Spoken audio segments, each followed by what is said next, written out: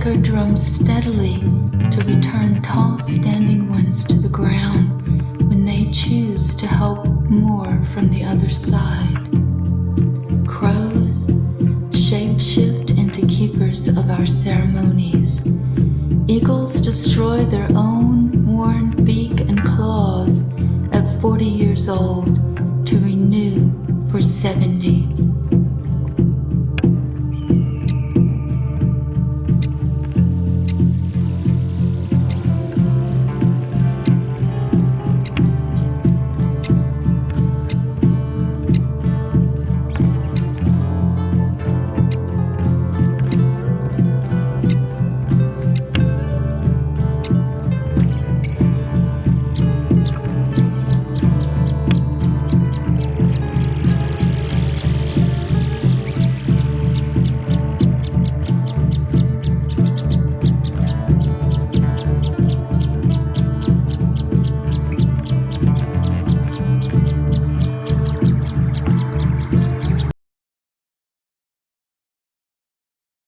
Thank you, Pamela.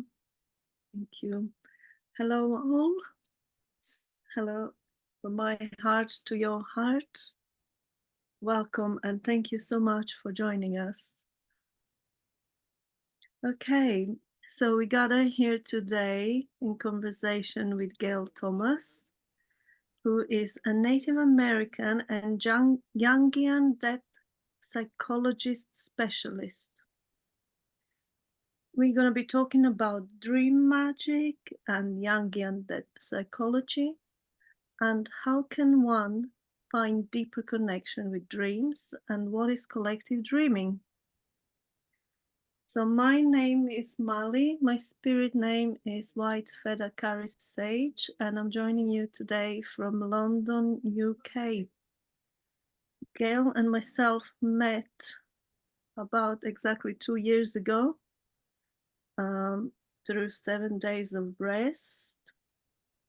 And I was so excited to have found her because I always had lots of dreams. I kept dream journals for about 15 years before I met Gail, but I didn't know how to work with dreams. So I was so happy when I met her. And especially over the last 2 years, I'm living with physical disabilities. So I am very limited on what I can do, but in most of the adventures that I have is in a dream world. So for me, finding someone who can guide me through this was especially really important.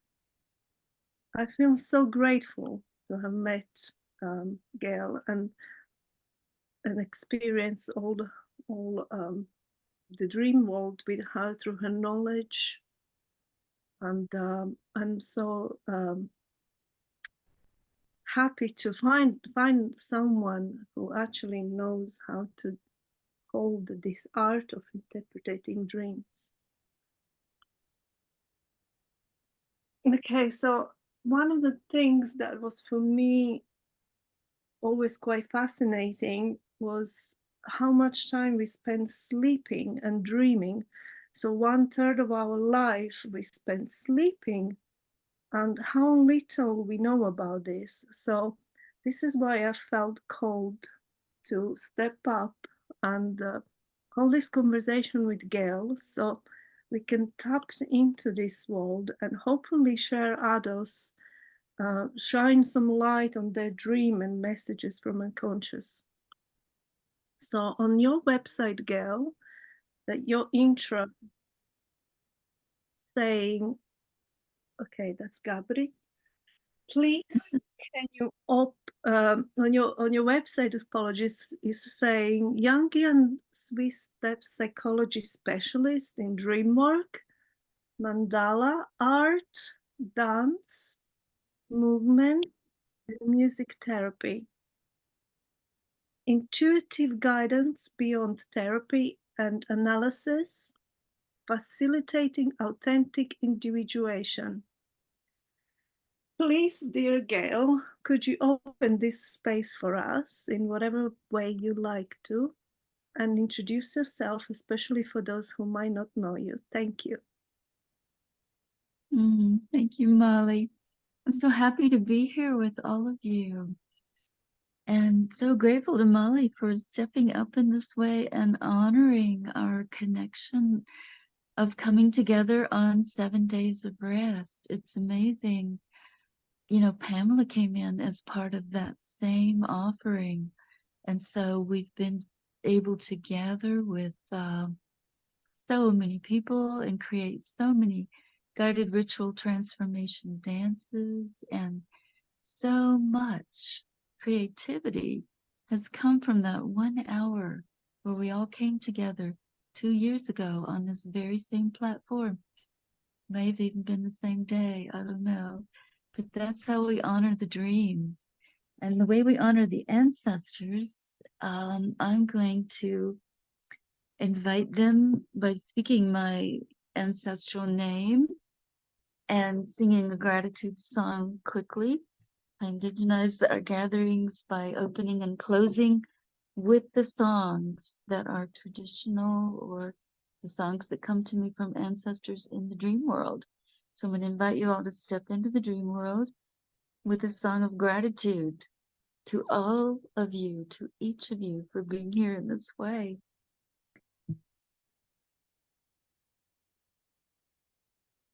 Tunkashalai, Unshimalaye, Mitak Yeo, Unshimakai, Nani Ochoni, Bilmayaye, ancestors, grandmothers, please share compassion on my relations. Grandmother, water is life. We are grateful.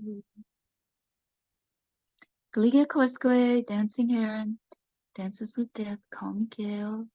In my river basin, Wayumi Ganaita, the Long Man. On our sacred mountain, Adagul, which means helping many people. And we are the people who resisted both removal on the Trail of Tears and the reservation the federal government calls Cherokee. We resisted by hiding in these mountains, and they took care of us, just as they continue to take care of us with that song that came to me from the spring on the south end of this land, on our sacred mountain. And by coming to us in the dream world. So Molly has a really good question to begin with. And Pamela shared some links in the chat if you want to copy the links where you can find more about us and find us easily in the different ways that we share all of these teachings that are of the ancestors of the ancient ones, the woodlands people. Those are my people.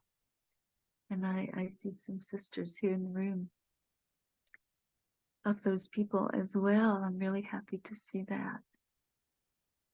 Because every time we come together, we participate in that molding, that forming of the unconscious, the collective unconscious, where our own individual unconscious picks up and receives as well as has influence on the times that we are in. And this is what we're talking about. We're talking about the collective times and the human patterns that repeat again and again and again.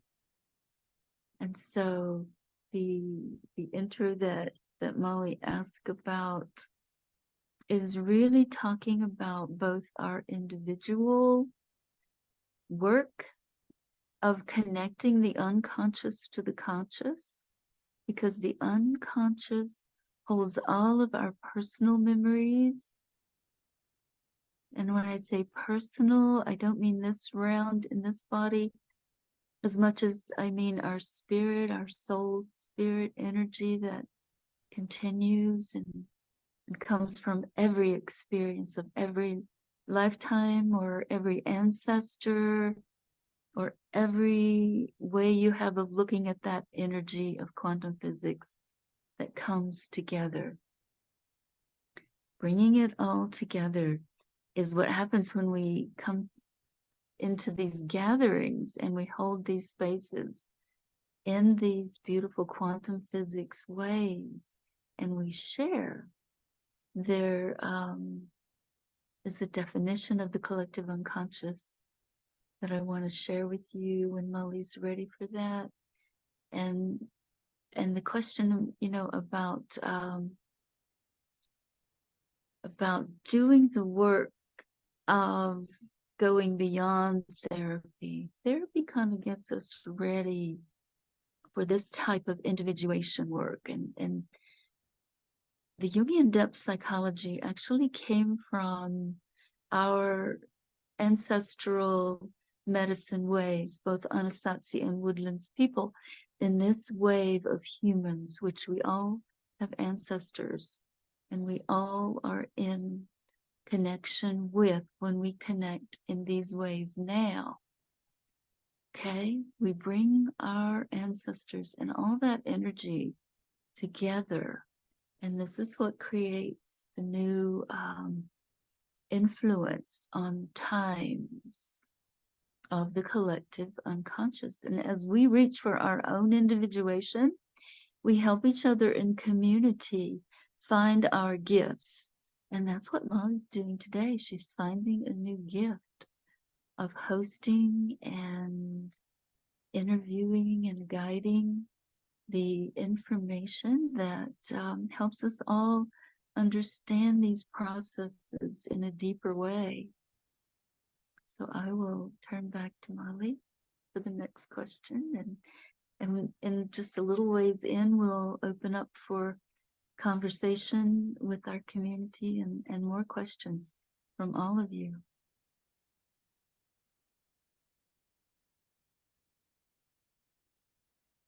Thank you, Gail. Okay, that's beautiful. Really appreciate your lovely introduction and your drumming too. Thank you. So I suppose we're gonna jump right in and start with the questions. So yeah, the first question that it was coming to me and I felt is really important to bring it up is, what are the dreams? If you could tell us what the dreams are, that would be great. Thank you. That's a great place to start. Yeah, dreams are gifts. They're gifts from our soul. And if we don't work with them, it's like an unopened gift. And they are also, in our traditional native ways, they are communications from the ancestors and the archetypal energies all around us. This is the voice, the way that we learn to listen is by looking carefully at the dream world and bringing that into our communities and into our individual work. And it is work, but it is so rewarding and so fulfilling when we can come together in these ways, especially to share our gifts. This seems to be the one challenge for people at all stages in life that I work with. Our culture does not support finding our unique gifts, and that's what individuation is really all about. It's about the unique gift that we carry as a result of all those experiences and its connection to the collective, which is the experience of all times. That's what the collective unconscious brings to each of us through the dream world in symbols and images. So the interpretation is probably the most challenging part in the dreams, and we all tend to think we can interpret our own dreams. They only speak of things we do not know, and those things often need to come through the process of actually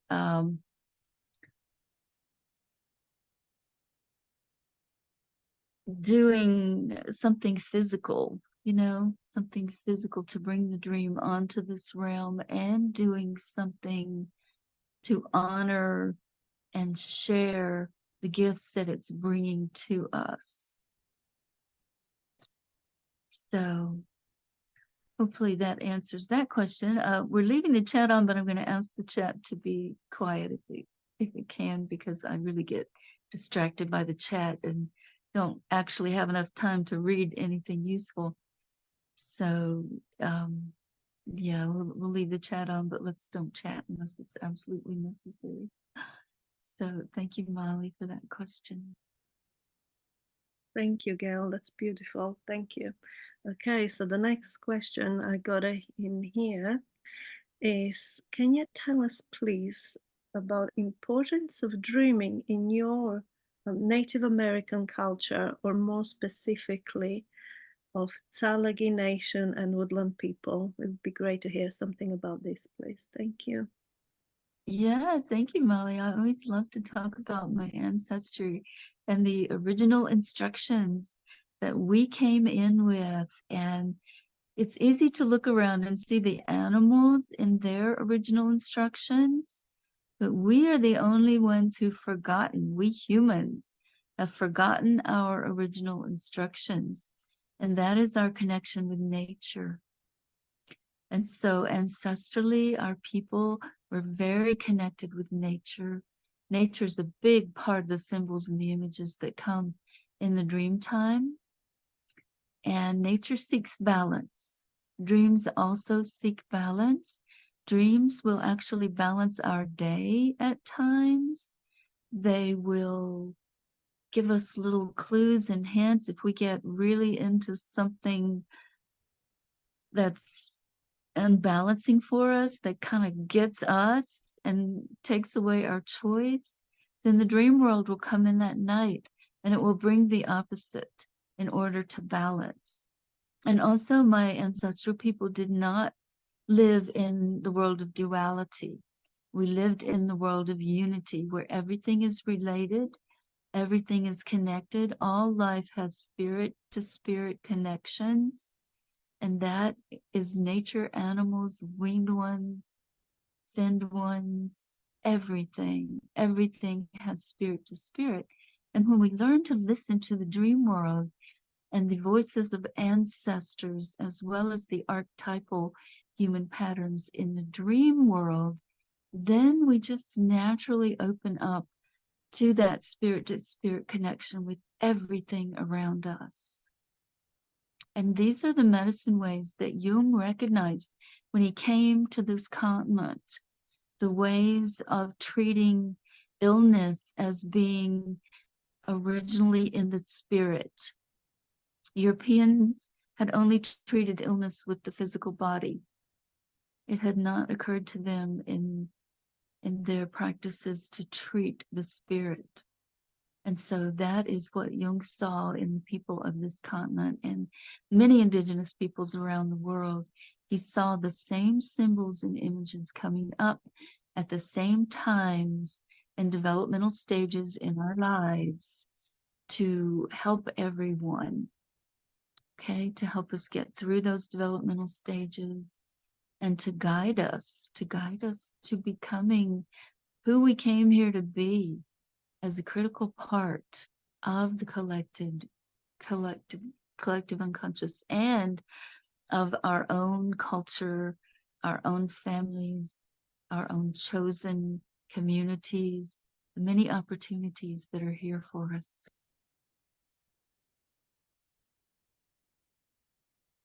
That's lovely. And I really like how you weaved in the Jungian Carl Jung into this, because that was also my next question. It's how the Native American dream interpretation is in relationship to Jungian dream work. Do they work well together, or just to kind of, you can just top it up a little bit of this and see how the Jung and Native American Indian dream work. Yeah, in our ancestral ways, we lived in symbol. Before language, there was symbol. Reach way back. My grandmother that I was raised with, by, goes back to an archaeology dig here on the north side of this mountain. We've always stayed close to our ancestral land. That's the difference. We've stayed in touch with the spirits of the land and the traditional original instructions that we came in with. And those are held in symbol and image because they originated before language. There was a time that the symbolic was more valuable than the quantity. For example, numbers are archetypal, and the 4s and 7s are our sacred numbers, and those numbers were more valuable than 9s and 10s, for example, which shows the quantity that is so prevalent in our current culture. Our current culture is all about quantity and competition. Our original instructions were about working together as people who were in the same area, surviving with nature, with our union with nature. We were all part of the same thing. We were totally based on symbol and image. That was our communication. Now people look at, the archaeology digs, and they look at the things as things rather than as symbolic energies.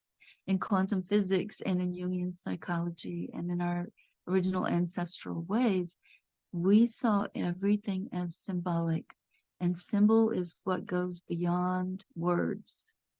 Carl Jung and Einstein got together for dinner, and they talked about the 4th dimension. And the 4th dimension, they decided, was the symbol and image dimension.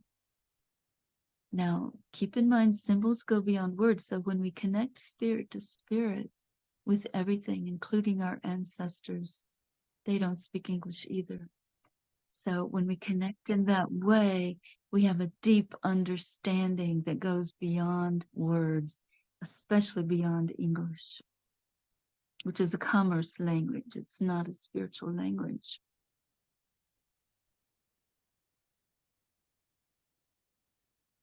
It's really beautiful to listen what you have to say, and I'm going to jump on the next question here. And since you are Jungian Depth Psychology and dream work specialist, it would be really nice to hear what do you do? What is your role as Jungian Depth Psychology and dream work specialist? Thank you, Molly. Yeah, my role is to guide people in their individuation process, which is very different from individualism. We actually have to overcome the individualism that this culture supports, which is in competition, and it's being so special. Oh, I'm very individual in my whatever. That's from the ego identity basis. All of the marketing that's aimed at us is at that ego identity level. So when we have to let go of that ego, it's a delicate process. It's what we think keeps us alive and keeps us in community and connected. But actually, we can reach much deeper in the individuation process when we come into alignment with the unique gifts that we carry. Our life actually becomes an art form as we create our specific reason, our gifts that we came here to share. This is what we came here for, and life just comes together when we're able to do this. And so I guide that process with people who show up for an hour and they share their dreams. If they have dreams, if they don't, they see what's going on in their life around them. Sometimes that will be as symbolic as the dreams. We also work with music therapy when there's an integration. There's evidence of these actual processes that we go through. One of the first is to go back and heal the wounding in the earlier developmental processes. So I often have people go back into childhood and even pre-verbal wounds that we carry from ancestral pain or patterns or wounds that we experienced in our mother's womb, or before we could speak. Before we could speak, we would sing and dance. Remember that? When you're around infants, they come out singing. It's a tearful song, but it's beautiful. And also, they move, they dance, by their dance what they need.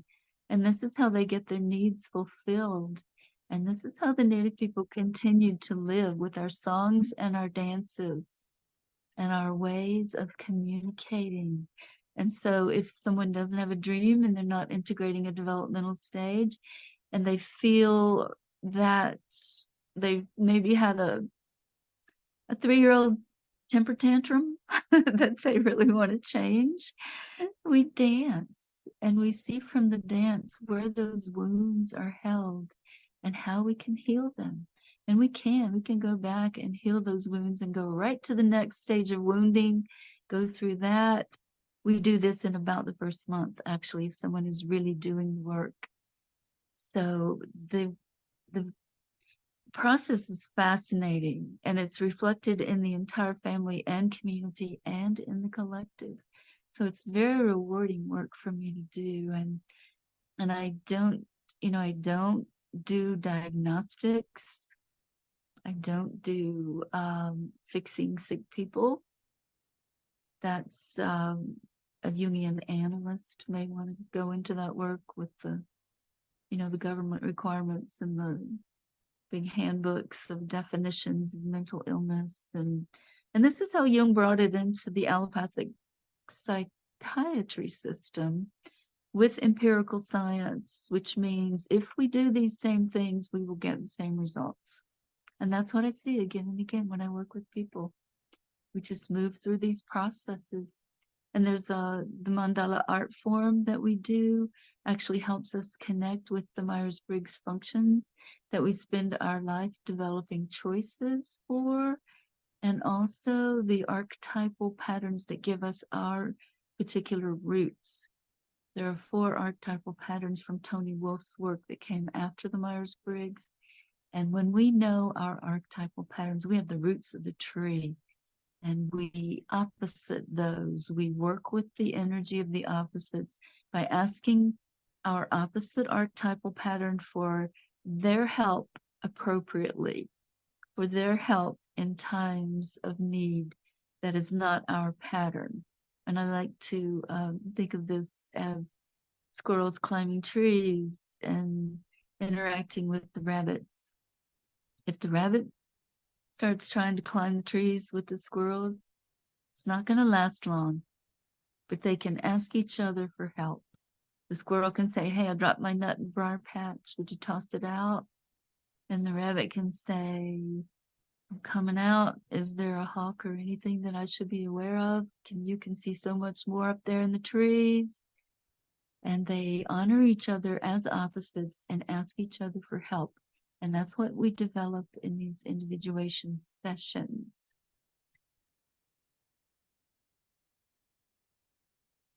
Thank you. That's really fascinating indeed.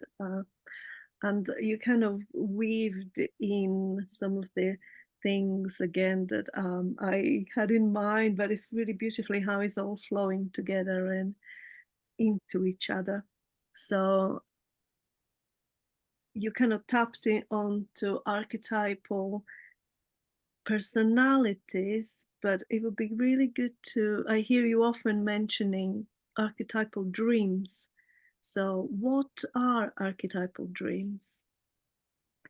Oh, these are really fascinating. This is where we step fully into the fascination, because these are human patterns, and they're very rich in the native world with the ancestors that are not blood lineage. We actually have 3 different kinds of ancestry.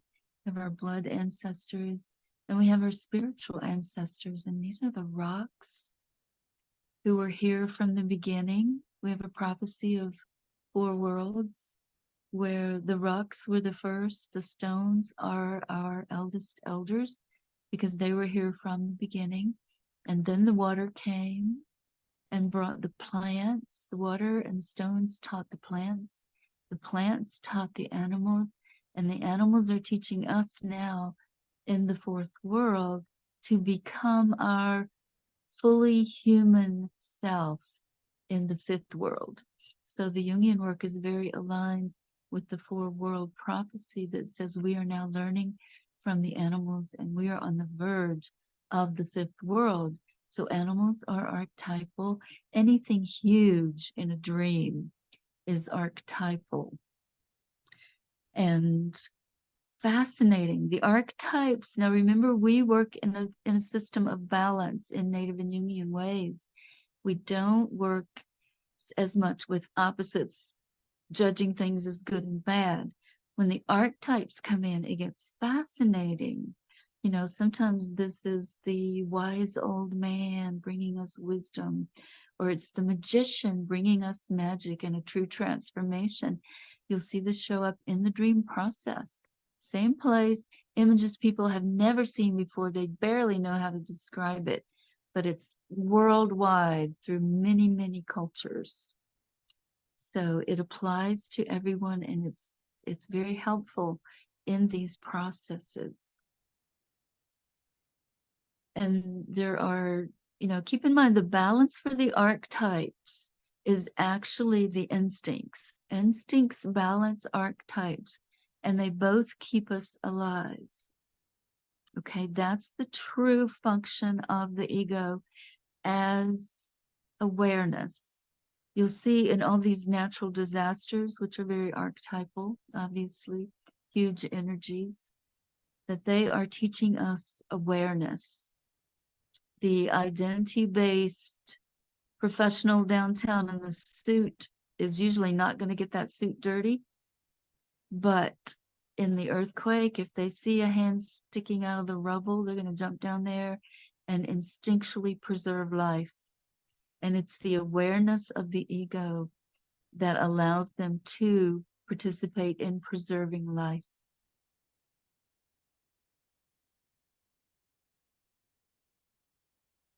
So we watch for the animal dreams to follow the archetypal dreams and bring us into balance when we're learning those hard but valuable, huge lessons about human patterns. Wow, big, yeah, interesting. Another big question, I believe it is. I was always quite puzzled by this. What is collective dreaming? Do we actually all have some collective unconscious? Can you kind of explain this to us and put it in a context? That would be great. Yes, we do actually have this, although it's very controversial in people who are opposed to Jungian ways, and there are plenty of those. Most of us know at least a few of those. Pamela, do you have a slide or something for the chat where you can see this as I read it? It helps it sink in sometimes. This is the definition of that from the American Psychology Association. And it says the collective unconscious is a major component of Carl Jung's work. This concept focuses on how an individual's unconscious mind, and that's the soul, that's what comes to us in dreams, is influenced by the collective unconscious, which is a type of consciousness that connects all humans, past and present, to each other. The collective unconscious accounts for patterns, beliefs, myths, and images that run across centuries and cultures, which acknowledges the belief that there is a knowing that all of humankind shares. Okay, this is the technical definition, and thank you so much, Pamela, for letting us see that as well as hear it at the same time. And yes, Jimi Hendrix is a beautiful example. Thank you, Gabri, for giving us the image of Jimi Hendrix and how his music made such a shift in the whole world, not just the native world and not just the music world, but the entire world was influenced and continues to be influenced by the space rock music that Gabri adds to the shamanic drumming that I start our dances with. And this is how we share in community with the collective unconscious. And here's a beautiful example too. No, we did not plan to wear blue today, but Molly and Pamela and I have been working together for 2 years now as a result of meeting on 7 days of rest and doing those dances together. And we all showed up with this shade of blue, not just blue, but this blue. And this is the blue of my father's clan, the Medicine Clan, and our Salagi ancestral ways. So this is the very deep teachings that we're going into with the honoring of the sharing that we're doing and of the color blue, which is also of the plant Artemis, the mugwort that we burn that connects us more deeply with our dreams. So this is also another indication of weaving and bringing it all together and sharing our gifts. Beautiful, thank you. That is really lovely and beautiful shade of blue. Yes.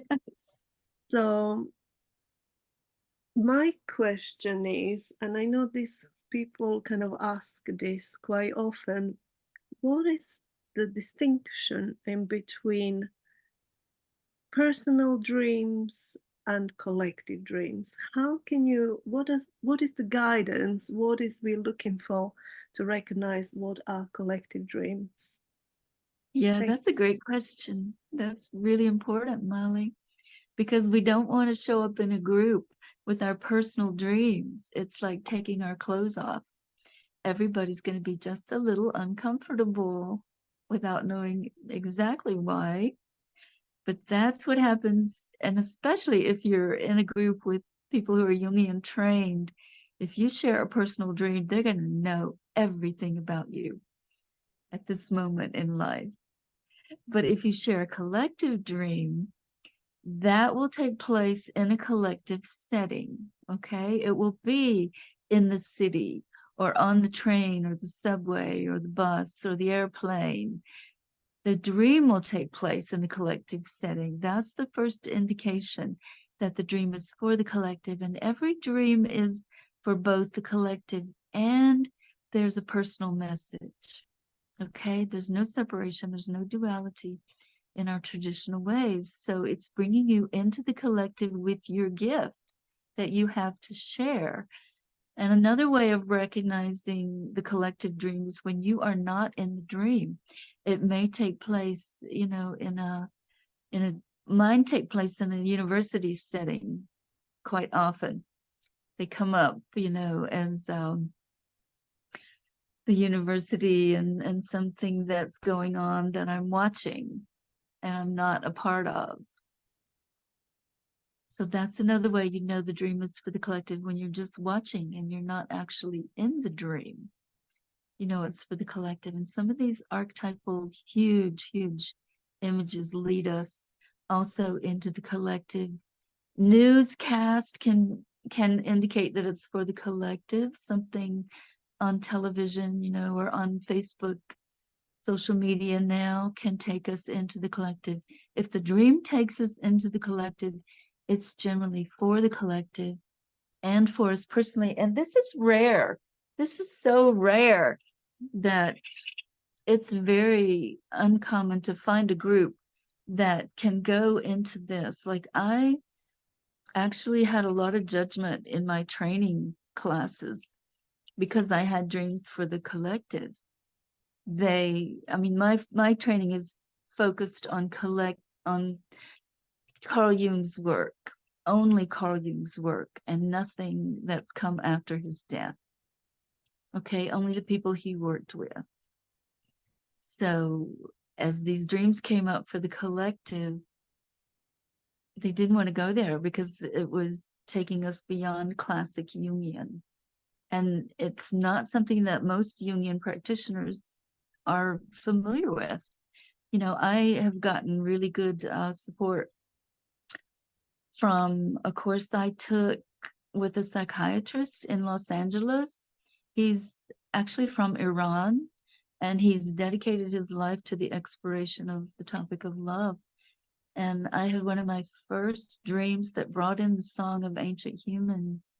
Well, just before I went into a seminar that he was leading, and he encouraged me. He said, the most important thing when you have these dreams is to share them. So share them in any way, in every way that you can. And so that's when I started sharing my songs on YouTube and making the videos that go with the songs and sharing the images that came in the dreams and came with the songs.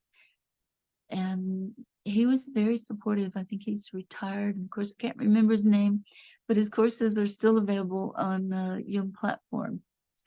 So I can put anybody who wants to explore that in touch with that as well.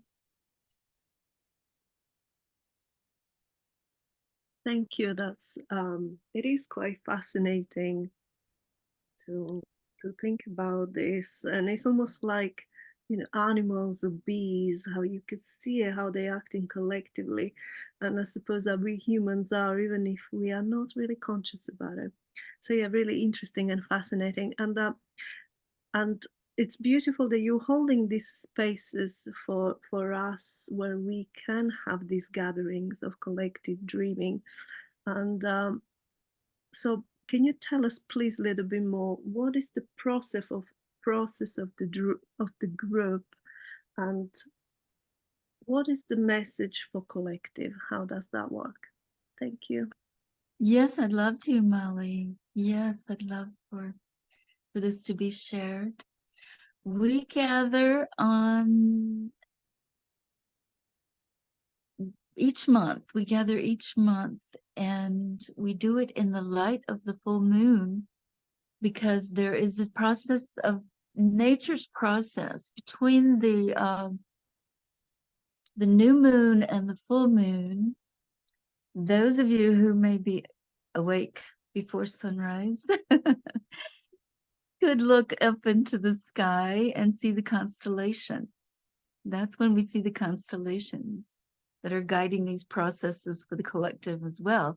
It also ties into astrology, and our first paths were charted from the skies, not from the earth. We couldn't see that much of earth, you know, but we could see the sky, and we were guided by the sky. And ancestrally, we came from the stars. So the stars are still guiding us in this way.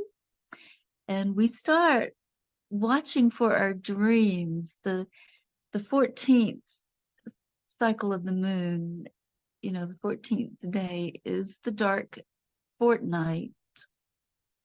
And it is actually the most creative time. We're talking about collective energies and quantum physics energies.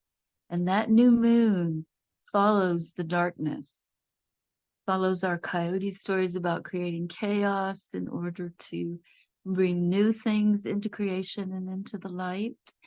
And it follows our woodlands ways. We are moon-based people. The first people here were the Anasazi, and they are sun-based people. And again, we're not opposite. We're balanced. We're working together. We're weaving together. So we start watching for these collective dreams on the new moon, which is now on the 13th day of the month. And that's when we dance. And I see these dances for transformation tie into so many dreams of the people that I'm working with. It's fascinating how the transformation dance has an impact on the developmental processes that we're working with. And so we start watching them at the around the time of the dance. And then a couple of days after the full moon, we come together and we bring our dreams that take place in the outer world, you know, in settings of the cities and the different places that are clearly collective places. And we share them with each other and we find the common threads. And we start to weave. And we don't share the actual dreams to the public. We choose 3 or 4, whatever works together with the synchronicities and with everything just naturally coming together. We bring those together and we create a message that hopefully tells people something they did not already know. That's the hard part, you know, the collective. Surely our soul is not telling us what we already know, and our soul representing the collective is clearly telling us something we need and guiding us somewhere that is not known at this time. It may be a repeating pattern.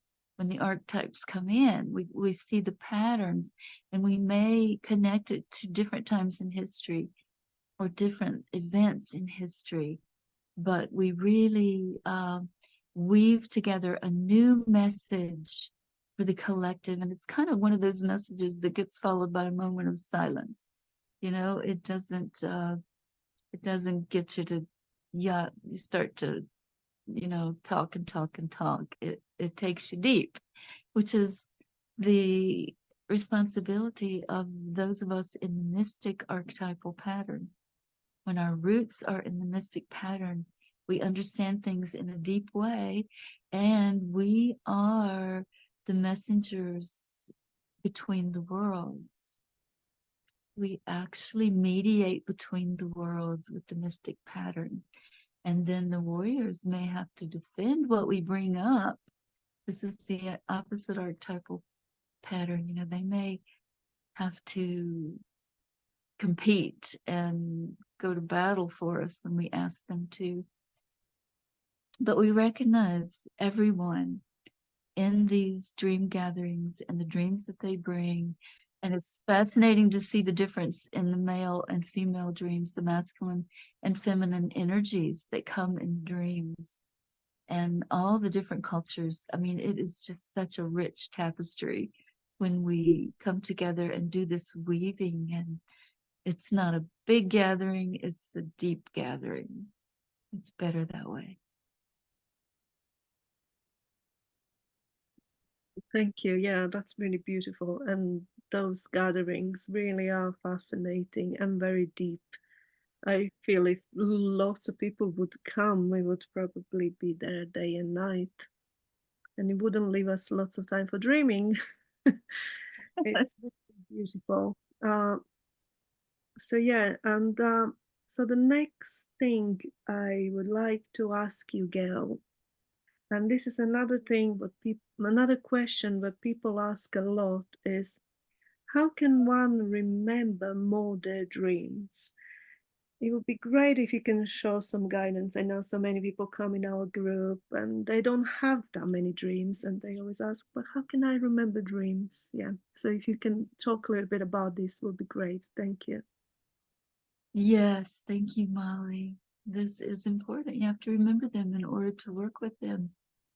And remembering them is actually about primarily building the relationship with our soul, honoring them by doing something physical to bring that message from the other world, the dream world, into this world, onto this conscious plane, into the energy of the middle realm, and connecting it, you know, through the axis mundi with the lower realm and the higher realm and everything around us.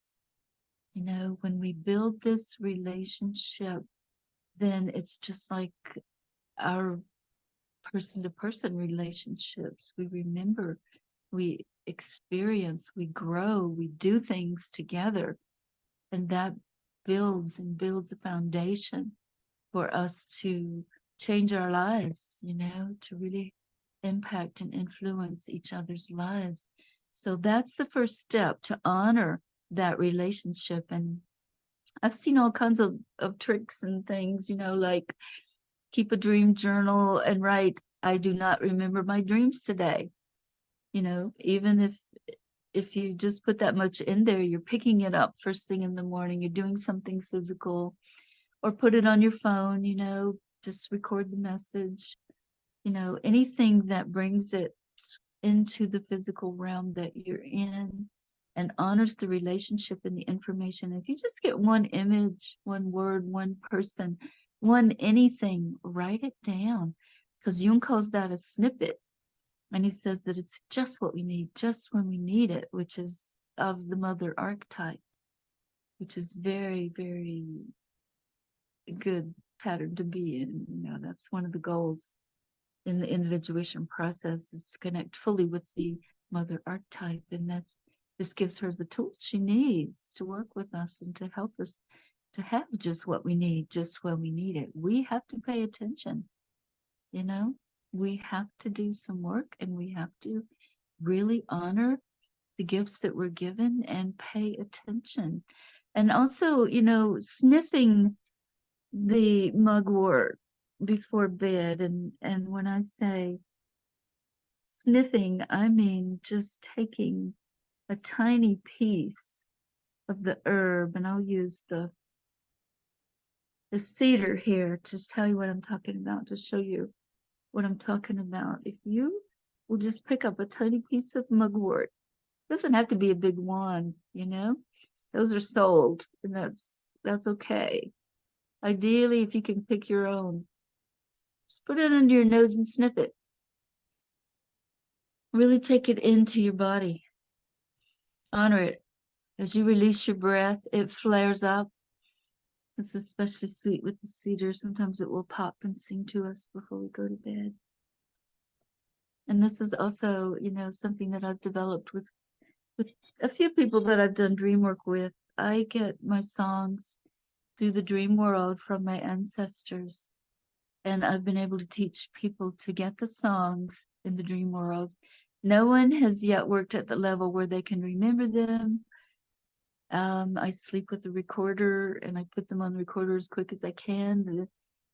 The dream world is kind, sometimes it'll give me a symphony, sometimes it'll give me a whole song, but it'll give me the last 2 lines, 2 or 3 lines. Sometimes I get 4 lines that I can remember and get on the recorder, and then it just keeps coming the next day. It's that song that sticks in your head.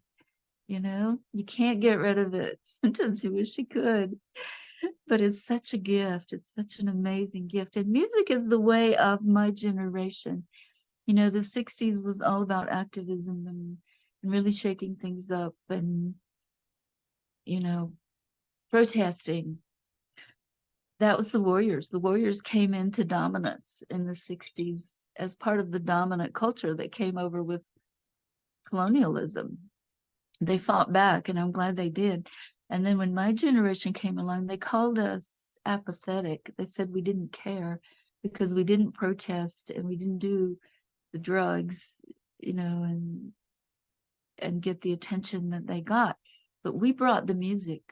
We brought the music when we matured in the 70s.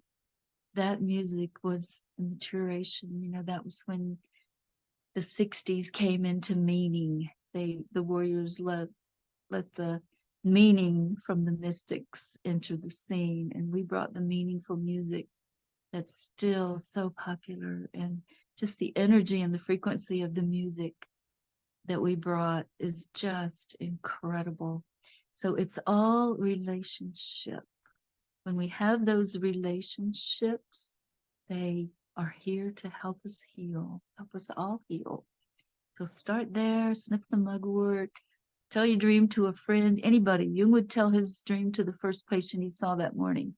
Didn't matter who it was in the psychiatric ward or what they were doing, or if he was in his private practice with individuation sessions. He would tell the first person he saw in the outside world his dream, and then they would go on. So do that as much as you can and really honor and value the gifts from the dream world.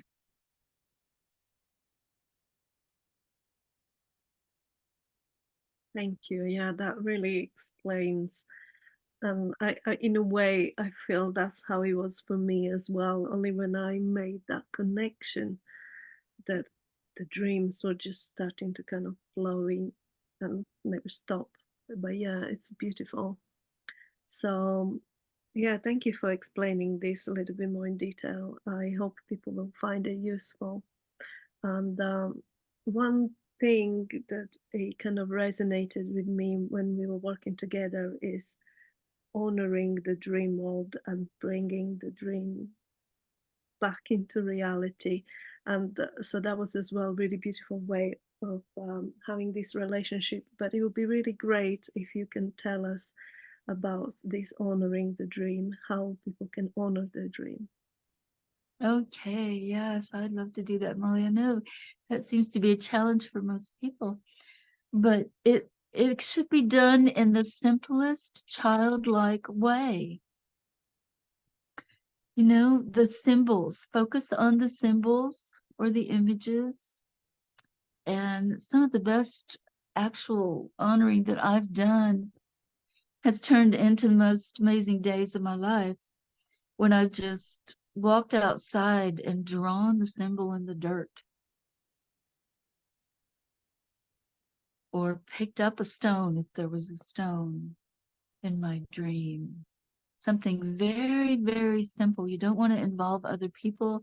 You don't want to run out to the store and buy this and buy that and do this and do this big production. You know, you want to do what a child would do. You want to take it to that level. That is the deepest, truest level of being authentic and genuine and individuated.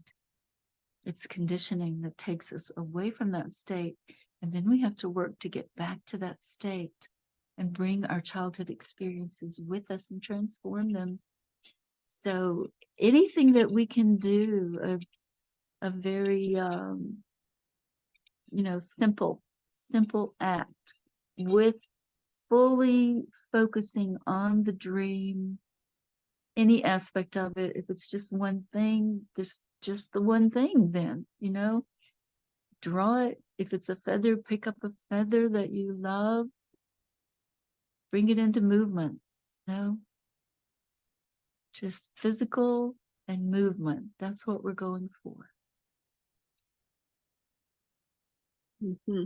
Thank you. Yeah, that is really, it kind of really brings the magic into the both worlds. Really, it feels like you kind of make that connection and relationship, and it brings the magic alive when you do that. It feels like, yeah, very special.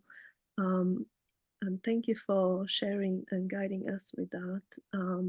You did mention earlier on about the music, and my understanding is you have songs that come into you in your dreams, and you actually hear the music in your dreams, and then you bring it into this reality.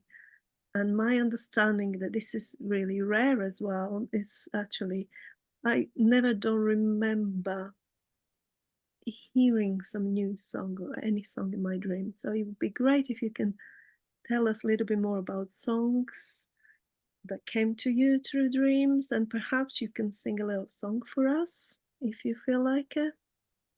Sure. Yeah, I'd love to. And I do want to open up for questions too. So I'll sing a really short song. But this began, the first thing I got from the dream world was my journey song. And that's used only in my journey work, my traditional ancestral journey work. And then I thought, what am I going to do with this? It took me years to figure out, what it was about, but it stuck, and it stuck so clearly. And then I got a dream of my great grandmother, who was full-blooded Woodlands people, and of course the Woodlands people mixed with the Salagi, who are now called Cherokee. But she showed up in the valley of our ancestral village, and a valley that I grew up in, spent much time in. I didn't live there. I lived in the city, but I gathered there every weekend. The families, my mother was the youngest of 12, so 12 families would go back to our family farm every weekend and live in our traditional ways. And she came to me in a dream in that particular valley of that farm, and all the mountains were colored peach. So that told me that this would happen in my mature phase of life. And she handed me a record, a round vinyl record, which people are starting to know again what that is. That's where it all started. And I didn't know what it meant, but I noticed, I was keeping a dream journal where I would draw everything. And so I have a drawing of this experience, and I was wearing a shirt, much like the traditional ghost dance shirt that had symbols from the dream world. They would wear the symbol on the shirt. And our regalia, the way we wore things, we wore symbols as communication, not as jewelry and decoration. But, I have a relationship with the stones that I wear. It's not about seeing it, it's about connecting through that energy, that quantum physics. There's a physicist who says anytime a native person uses the word spirit, it's interchangeable with quantum physics. And so that's a big part of what we look for, and the songs are in a very symbolic, spiritual language. They don't necessarily speak English. One of my favorite ones is about going to the river. And when I first got the first line, I put it on the recorder because I can't think. I can turn this recorder on without opening my eyes or thinking. And I have to get the lines on there before they get away. But then I think, and I sat there, and the line that came was, go down to the river and lean upon the ground. Go down to the river today. Take some red, yellow, and black and white beans and throw them on the ground to pray. So I put that on the recorder, and I sat there and I said, did it really say beans? I'm not sure that said beans. What in the world are they talking about?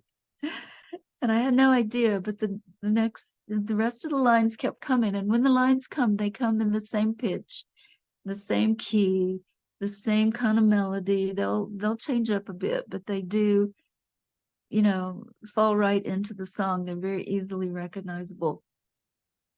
And so I sang that as it came in. I sang it to the fire when we were in Sweat Lodge ceremony here for over 13 years. And I brought other people in to sing with me. And I sang it to the spring. And I just sang it until I could record it. And just as I was about to release the recording, I saw something on Facebook about a permaculture group gathering on the Pine Ridge Reservation. And the wisdom keeper was talking about the original people when they moved for food, when they followed the food, when they would go down to the river and they would throw the beans on the ground as they moved on to the next place where the food came from. And as they circled, our waves are always in circles, as they circled around, they came back and the beans were ready to eat, not only to eat then, but to dry for the winter. So then I knew why the song said beans. So I'll sing just a little bit of that part of the river song because I love it so much. Go down to the river and lean on the ground. Go down to the river today. Take some red, yellow, and black and white beans and throw them on the ground to pray. Mother Earth gives us Everything we need, please give back to her today. Burn some sage, leave some hair, sing some heart-centered prayer. Give back to earth what she gave. So sweet and beautiful. Yeah, wow. Amazing and really fascinating. Yeah, thank you, Gail. We're kind of, yes, coming slowly to the end. So I have I just want to slowly kind of bring this to the wrap as well. And ask you, I know you've been holding some courses and teaching some courses here and there. It would be great if you can tell us where can people learn more about your work and where they can find you. Thank Oh, you. thank you, Molly. Yeah, what I really like is for people to come into community, for people who really value and hold a space in their heart for community to join us as we do these things once a month. And there are many, many opportunities. You can find out how my individuation sessions go and talk to me about uh, those sessions, your individual work, on my blog, dreamstorymagic.blogspot.com, and reach me on Gmail, dreamstorymagic@gmail.com. And also, there is an offering on empathyarchitects.life that is a gathering that goes into the songs and shares the teachings of the songs from the ancestors. So we go into each song, and Pamela's been amazing to put all those into an on-demand course. For those of you who can't make the gathering time, you can go into an online program and go self-paced into the teachings that we actually did in the earlier gatherings. So it's available both individually in the gathering or in community. On the 13th of the month, we dance the transformation dances. And then we dream until the full moon. And then a couple of days after the full moon, which right now is near the end of the month, we'll gather and do the dream work sharing on the same Zoom link. I think you can also find my work. You can find the songs on SoundCloud, on YouTube, and we have Facebook groups for support as well. So we really want to focus on sharing these ways in community, because my ancestral ways were all about community and being together. And this is so much what we need right now in the collective, to become communities around the original instructions that we all came in with. We all need to reach back to, just in the same way the animals. Yeah, thank you, Pamela. There's the links in the chat. If you just copy that chat, you can get there that way as well. The Facebook groups are Dream Songs, when the song comes, sing it, and Guided Ritual Transformation Dance.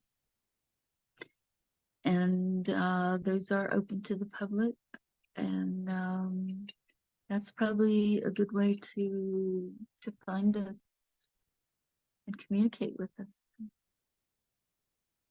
Thank you, Gail. And I'm sure we're gonna share this with 7 days of rest, and they can be posted in a chat underneath the videos on your Facebook and YouTube, and 7 days of rest YouTube, I believe, eventually. Yes, so that would be great. And yeah, so I wonder if anyone would have any question, maybe like 1-2 questions.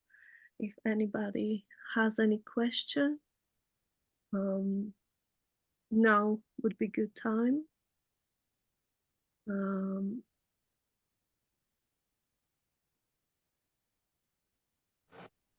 Yeah, I'd like to hop in and first thank you, Gail, for sharing your wisdom. And I've been in some of the dreaming section sessions and find them very powerful. And I always think when we get to a place where we all want each other's dreams to come true as much as our own, we'll be getting somewhere. It fascinates me, though, how you dream these things into being. And I think my question is, what language do you dream in? Do Okay. these words come to you in English, or is it a concept that you put into words? Curious about that. Oh, thank you, Kate. That's a beautiful question. I've had the songs come now in, first they came in English. They kind of eased me into it. They were kind, gentle teachers, fortunately. And then I had songs come in the Lakota language because I have a relationship with Lakota ceremony language, holding sweat lodges for over 13 years here on the sacred mountain at my home. That put me in relationship with the Lakota language. So songs started coming in the Lakota language, and actually that came before my ancestral Salagi languages started showing up. I've recently got new songs in the ancestral Salagi languages. So they come in whatever languages. And there have been other languages that I didn't understand. I knew they were foreign, you know. But I just knew they were another language. I didn't necessarily know what they were saying. But it is fascinating, the whole, yeah, Molly, the symbolism. The symbolism is first and foremost. It brings it all together. Like, I'll give you an example. When I got a song for the bees, I didn't want to wake up. I was fussy. And I was going, oh, I'm tired, I'm sleepy, I don't want to get up, I don't want to wake up. And this man stepped around a baby grand piano, and he was wearing black pants and a yellow shirt. And he stared into my eyes, in my dream eyes. And he said, "This song is for the bees." And I bolted up in bed and grabbed my recorder. It was like, okay. I'm sorry, I'm kind of wimpy. And of course I want a song for the bees. And it was a fascinating line that came after that. Lots of languages. The soul has no gender, race, it has it all. So especially in connection with the collective, it's all available. We have to keep up. That's the challenging part. We have to do the work to figure it all out. What is it telling us? Always something we didn't know. Yeah, and thank you, Kate, for coming to those dream sessions and bringing that energy of Bear Butte there with you. You've got some real strong spirits of the land coming with you to these dream gatherings.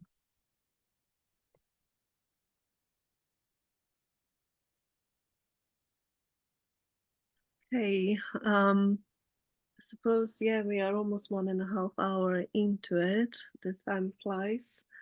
So yeah, I just would like to thank you, to all of you who came and joined us, and Pamela for her tech, and obviously thank you, Gail, for all your heartfelt work and your magic and sharing, these deeper insights into this fascinating topic with us. Sending much love to you all. May your work continue blossoming, and yeah, thank you to those who might be watching us afterwards too as well. So and a happy dreaming. And Gail, if you wish, or if you have any song to close us off, that would be really lovely. Thank you. For any final words. Thank you. Yes, that's great. Thank you, Molly. I have the song in the Lakota language that sends our voice to ancestors. So I encourage you all to connect with your ancestors and remember that you don't have to know your ancestors because they know you. And it doesn't necessarily have to be your bloodline, but there's a lot of valuable stuff going on there. And it could be the big archetypal ancestors. So I'll close this out by sending our voice to ancestors on this good day. Translation is sending a voice to ancestors with the common people's pipe. With compassion of grandmothers, we want to live. Drum of sacred elk nation, pipe of black-tailed deer, sending our voice on this good day with the common people's pipe.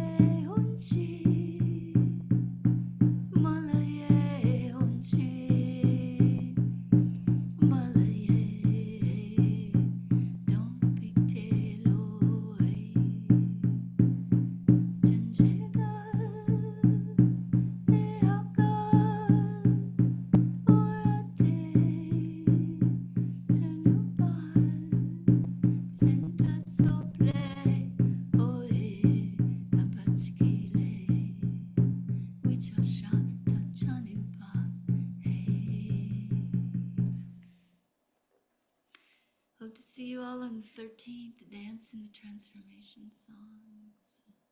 After the full moon, doing the dream work. So much love and gratitude to all of you. Stop the recording, Pamela.